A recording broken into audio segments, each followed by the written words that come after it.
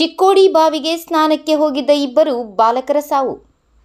ಹೋಳಿ ಹಬ್ಬದ ಹಿನ್ನೆಲೆಯಲ್ಲಿ ಬಣ್ಣ ಆಡಿ ಬಾವಿಗೆ ಸ್ನಾನಕ್ಕೆ ಹೋಗಿದ್ದ ಇಬ್ಬರು ಬಾಲಕರು ಸಾವನ್ನಪ್ಪಿದ ಘಟನೆ ಬೆಳಗಾವಿ ಜಿಲ್ಲೆಯ ಯಕ್ಸಂಬ ಪಟ್ಟಣದಲ್ಲಿ ನಡೆದಿದೆ.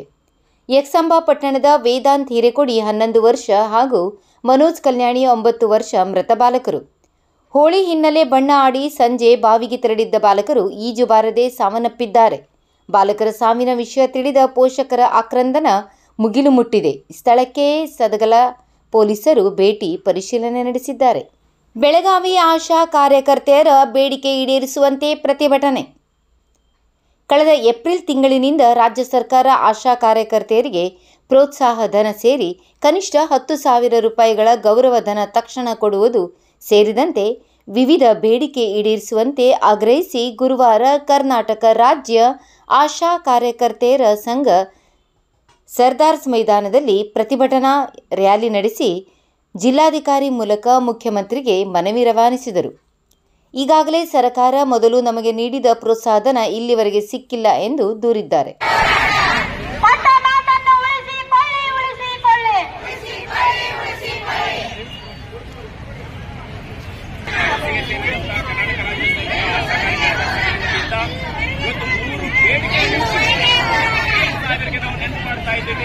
ಮಾನ್ಯ ಸಿಎಂ ಸಾಹೇಬ್ರೆ, ಕಳೆದ ಜನವರಿ ತಿಂಗಳಲ್ಲಿ ನೀವೇನು ಹತ್ಕೊಂಡಿದ್ರಿ, ನೀವು ಜಾರಿಗೆ ಏಪ್ರಿಲ್ ಹೇಳಿದ್ರಿ. ಆದ್ರೆ ಈವರೆಗೂ ಆದೇಶದ ಮಾತಿಲ್ಲ.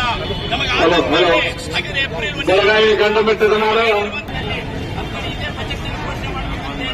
ಹಾಗೇನೆ 60 ವರ್ಷ ಆದಂತವ್ರನ್ನ ತೆಗೆದು ಏನು ಆಲ್ಮೋಸ್ಟ್ ಬಳಸು ಬಿಸಾಕು ಅನ್ನೋ ತರ ತೆಗೆದುಹಾಕಿದ್ದೀರಿ, ಆದೇಶ ಮಾಡಿದ್ದೀರಿ.